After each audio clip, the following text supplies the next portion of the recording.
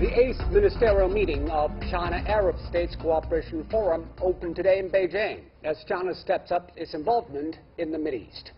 What are Beijing's objectives at the forum, and how will Beijing manage the rivalry between different Arab League members? And how important are North African members for China and the Arab League in the coming decades? To talk about these and much more, I'm happy to be joined in the studio by Ambassador Hua Liming, former Chinese ambassador to the United Arab Emirates, and Victor Gao Zhikai, the Vice President of the Center for China and Globalization. We will also be joined by satellite by Hussein Ismail, who is the CEO of China Today Mideast in Cairo. And that is our topic. This is Dialogue. I'm Zhou Yue. Before we get started, let's take a look at this. 4 years ago, President Xi invited Arab states to join the Belt and Road construction. And this time, progress is visible, as Arab states as a whole will construct the Belt and Road together. Geographically centered in the roots of the Belt and Road Initiative, Arab countries are the natural partners in building the initiative along with China. China's Arab policy paper marks that the initiative has become a major part of the China-Arab relationships. At a ministerial meeting, China and Arab countries will sign a joint declaration for action between China and Arab states on building the Belt and Road Initiative. In his new proposals, he says connectivity is always the priority. China would be actively involved in land and sea connectivity projects in the Arab region.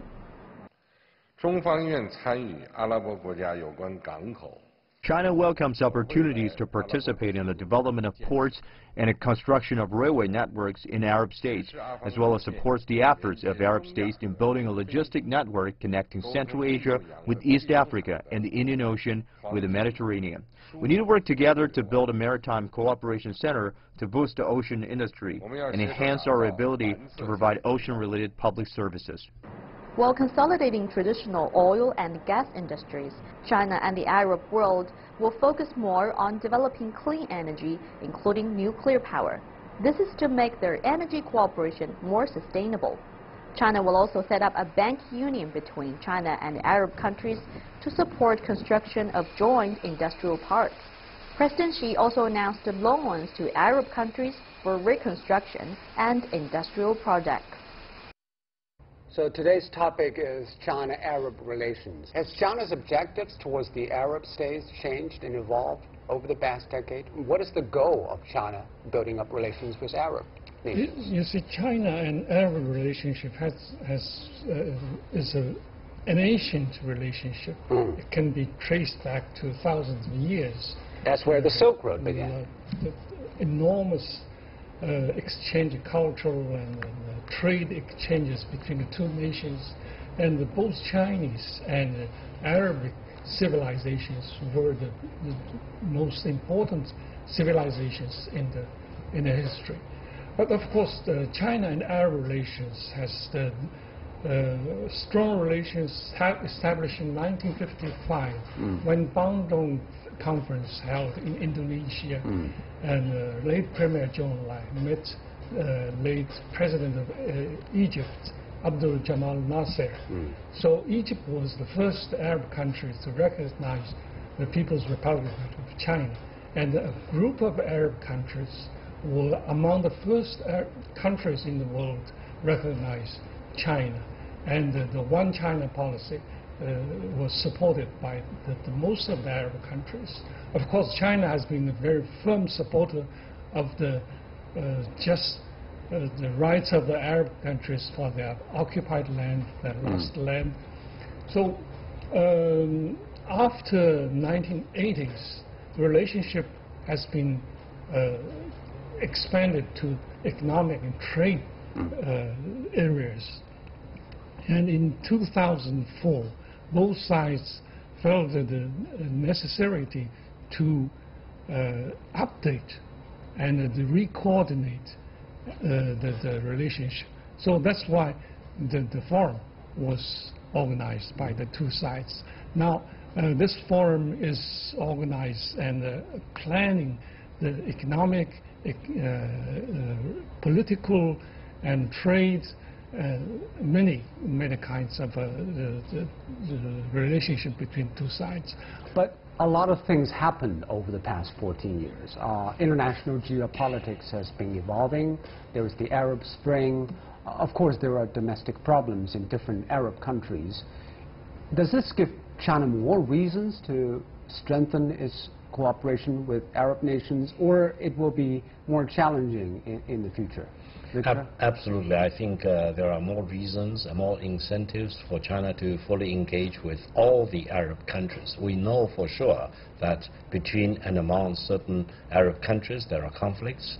There are even wars, for example, going on right now.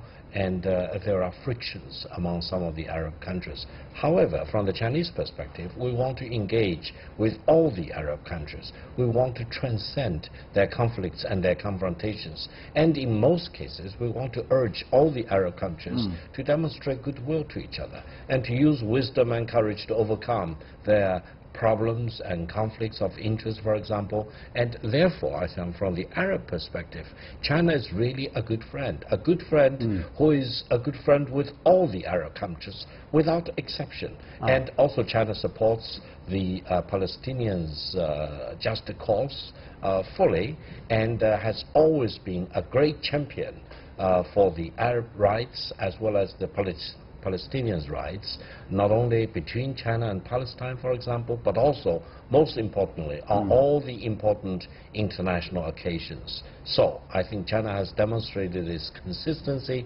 and continuity of full support for the Arab people and full engagement with all the Arab countries as friends. I want to pin you down on this. You said that China will play a more proactive role in mediating probably disputes between Arab nations and Arab nations with Israel. For example, Qatar, the blockaded emirate, is also attending the forum in Beijing because Qatar has been blocked out by Saudi Arabia, Bahrain, Egypt for quite some time, for a year roughly.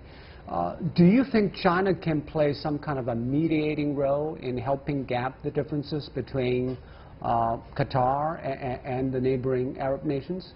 Well, I would say if you say a mediating role, I think China's position of treating both Saudi Arabia, which is a very close and very important partner for China, as well as Qatar, equally, without any reservation and without any biased agenda. But they are at loggerheads right at the moment. Yes, exactly. They are at loggerheads with each other. And there are certain big countries who urge one country to fight against the other, who support arms for one country against the other. And this really adds more fuel to the confrontation or even war between the two countries. From the Chinese perspective, we urge peace and stability. We urge amity and friendship. We urge goodwill between the two countries. And then we talk to each of the Saudi Arabia as well as Qatar about the importance of keeping regional peace and stability and about the harm that both countries will suffer if they are engaged in a protracted war and conflict with each other. And I think this spirit of goodwill is very important for combating countries like the Kingdom of Saudi Arabia versus Qatar. But Ambassador Hua, how does China look at the divergent views and policies of Qatar and Saudi Arabia in the first place? Why there is such a conflict in the first place, and what is China's approach if China will try to help them solve their problems?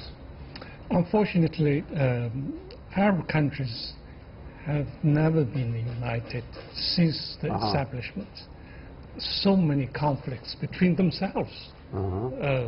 Other than their war with Israel, but between themselves, a lot of confrontations, a lot of conflicts.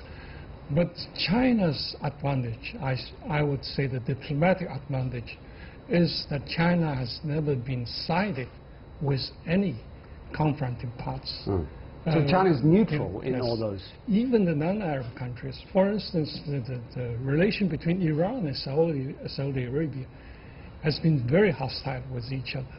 But China has been succeeded to be a friend of both sides. And China has been the big buyer of the Saudi Arabia oil for Iran too.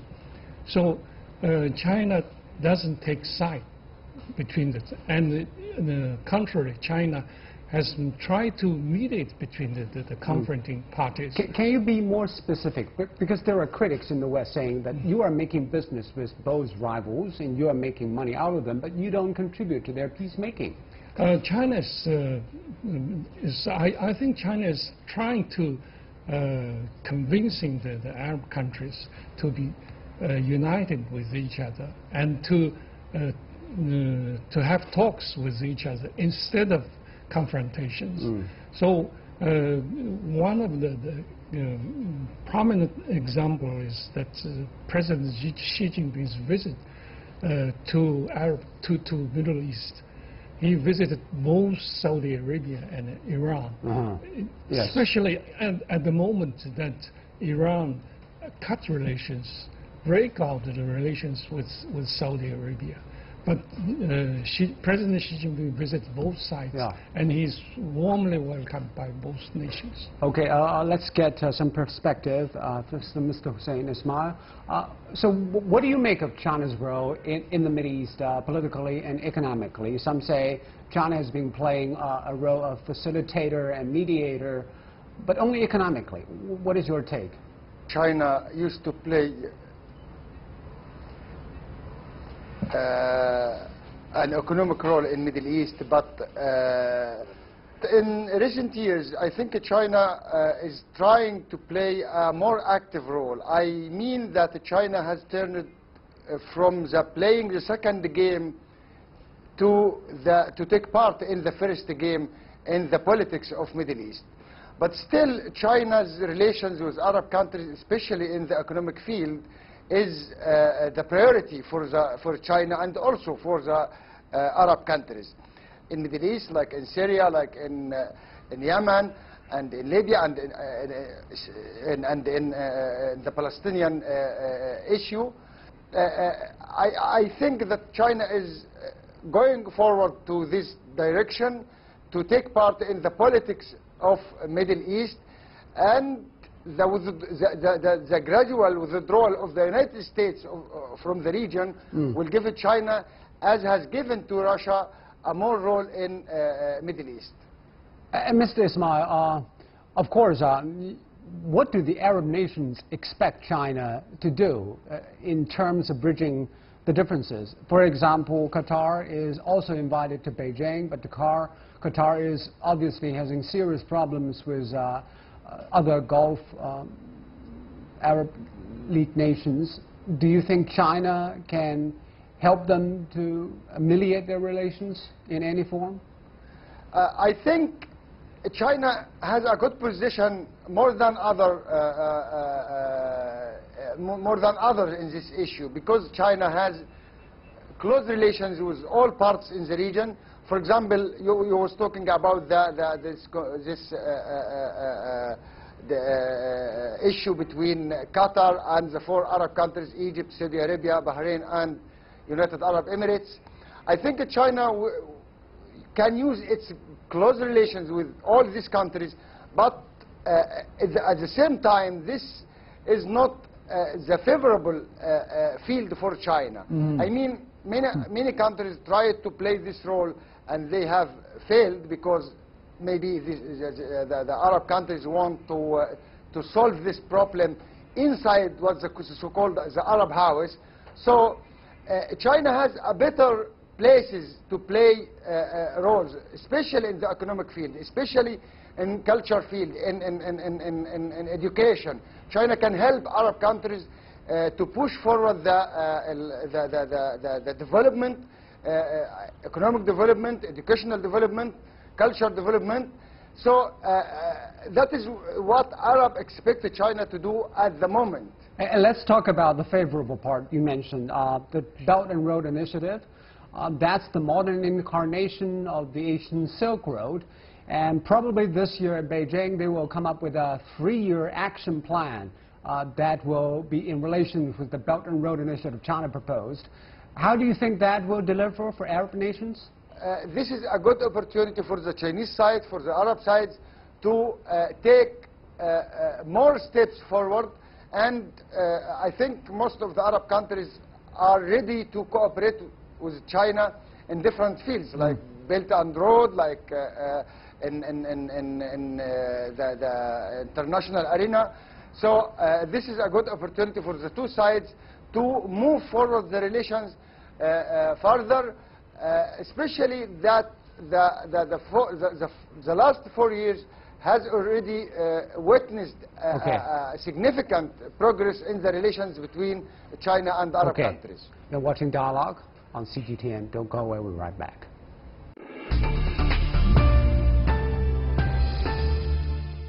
So both sides want to upgrade the economic cooperation. While the conventional wisdom says Arab nations, China is basically China buying oil and gas from Arab nations, and Arab nations buying commodities, daily consumer goods from China. Is it still the case? I think China and the Arab countries, especially the oil-producing countries, they really have the energy shared future, because China is the biggest buyer of the Middle East oil, and Saudi Arabia. And increasingly so. Increasingly. And 60% of Chinese imported oil is from the Middle East, from Saudi Arabia, from Iraq, of course Iran is too. So they have the shared future of the energy. Of course, trade. I would say the Arab countries would be a big market of Chinese commodities, and the trade volume last year was 191 billion US dollars. That's a 10% increase on a yearly basis. And 10 of the 22 Arab countries are the biggest. China is the biggest trade partner of the Arab countries. But I was told that trade and energy trade is not the only part of the picture of China-Arab nations. I have heard some new terms, like China has been investing more in infrastructure building in Arab nations, in Qatar, in Saudi Arabia, in Egypt.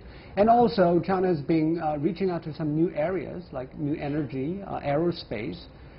Will those new fields be opportunities for both? Well, I definitely believe so. Trade in oil and gas and Chinese export of all kinds of materials to the Arab countries will always be important. But in recent years, there are new phenomena. For example, the Kingdom of Saudi Arabia is promoting Vision 2030, and they believe Vision 2030 and the One Belt, One Road initiative overlap to a very large extent. They want to become a hub of promoting the One Belt, One Road initiative. Because Saudi Arabia, among other nations, want to diversify their economy, which is totally dependent on oil right now. Absolutely. And, for example, China is also helping Egypt and also several other Arab countries to set up industrial zones, which China have done so well over the past 40 years, and many of the Arab countries are just beginning to do the experiments with such initiatives. And I think there will be a lot of cooperation between China and the Arab countries in this respect. However, allow me to emphasize, equally, if not even more importantly, I think from the Arab perspective, they believe China is a fair player. China does not have a prejudice of one against one versus the other, and China can be a dependent and trustworthy friend.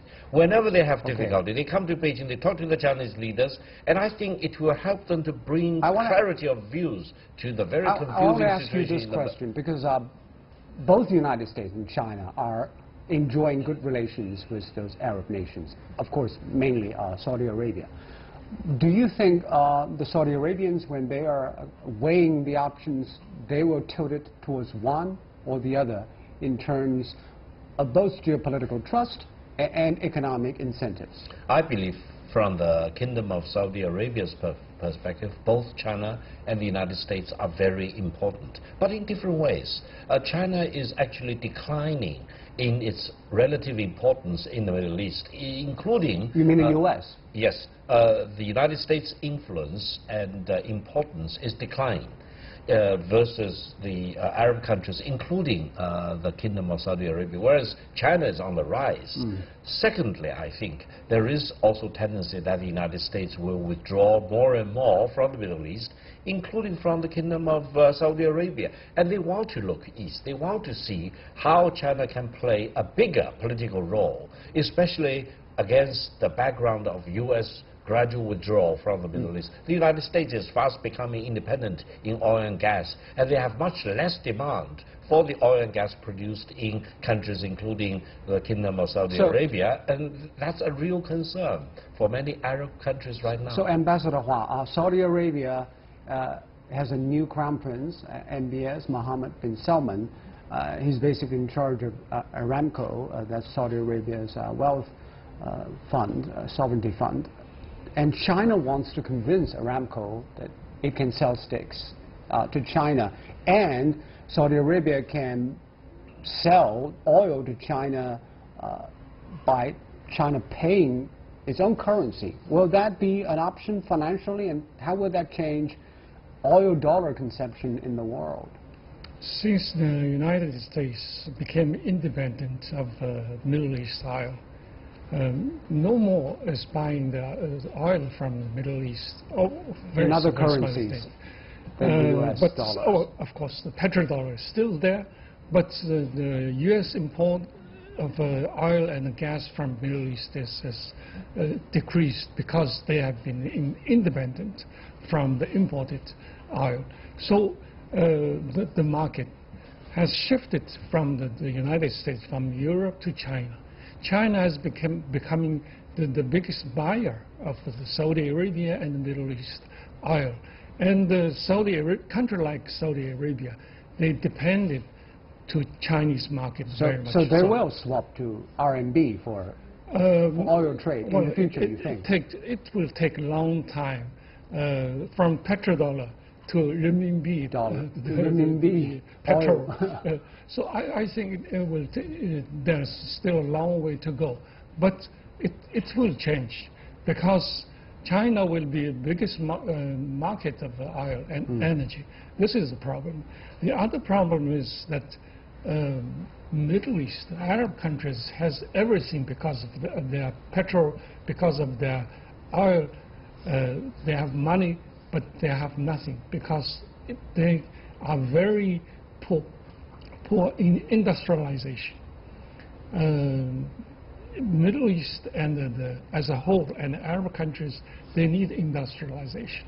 China has biggest manufacturing capability in the world. China has the biggest capability in infrastructure building, which is needed, badly needed by most Arab countries, including countries like Saudi Arabia, GCC countries, and Egypt, and other countries. Okay.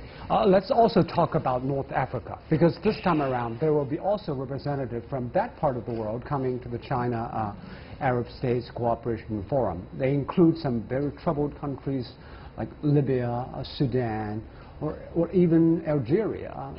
But those countries also are developing fast. They need their chances for a better life. How can China help them, but also ensure that their political instability will not be a liability in the future? You see, the northern African countries like Algeria, Tunisia, Morocco, and Sudan, and Libya, they have dual identities. From one side, the Arab countries, Arab nations, the African nations.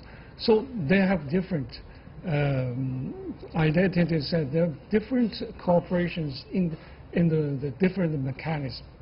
I think those countries who are in Beijing from Northern African foreign ministers, they would be in China again in September when the China and African Forum is going to be. So this is more difficult than the traditional Arab nations in the Gulf? I don't think so, because the North African countries will be much more benefited than other Arab countries because they have dual identity. But we have to say China learned some lessons when China invested in a North African country, for example, Libya, when there is political changes, China's investment is at stake. Absolutely, and I think China and Chinese companies suffered a great deal in countries like Libya because of the political turmoil and because of the foreign instigated crisis in those countries. But this gives China a better reason to urge on all the countries, Arab countries as well as North African countries, of the importance of peace and stability, and why we need to really engage in a very positive way to avoid and minimize the conflicts between and among themselves, for example, and give more prominence to peace and stability. And I think China has a good, straightforward record to demonstrate to the Arab countries and North African countries that China really means it. And China can really work together with them to promote peace and stability, rather than for these countries to fall victim to the conspiracies and to the instigations for instability in those countries. If you want to be a part of the political reconstruction, you have to be more active than before. And China's policy of non-interference means China will not be dictating terms to either political parties in a country, in a foreign country, right? Exactly. This is one of the advantages of Chinese diplomacy in Arab. Unlike other big powers, China has never been involved in the conflicts or the wars between the Arab countries, between the Middle East countries. And you see that in the history, the Great Britain and Russia, the former Soviet Union, and the United States, they have been all being involved in the wars in the Middle East. And so the Middle East were called by them, by the Westerners, and they proved failure in the last graveyard of the imperialist countries. But China has never been. I think this is one of the big advantage of China. Okay. China has no enemies in the Middle East. This is the Chinese advantage. All right. On that note, we have to end this edition of Dialogue. Thank you, Ambassador Huang. Thank you. Thank you, Dr. Gao. You've been watching Dialogue here on CGTN. I'm Joe in Beijing.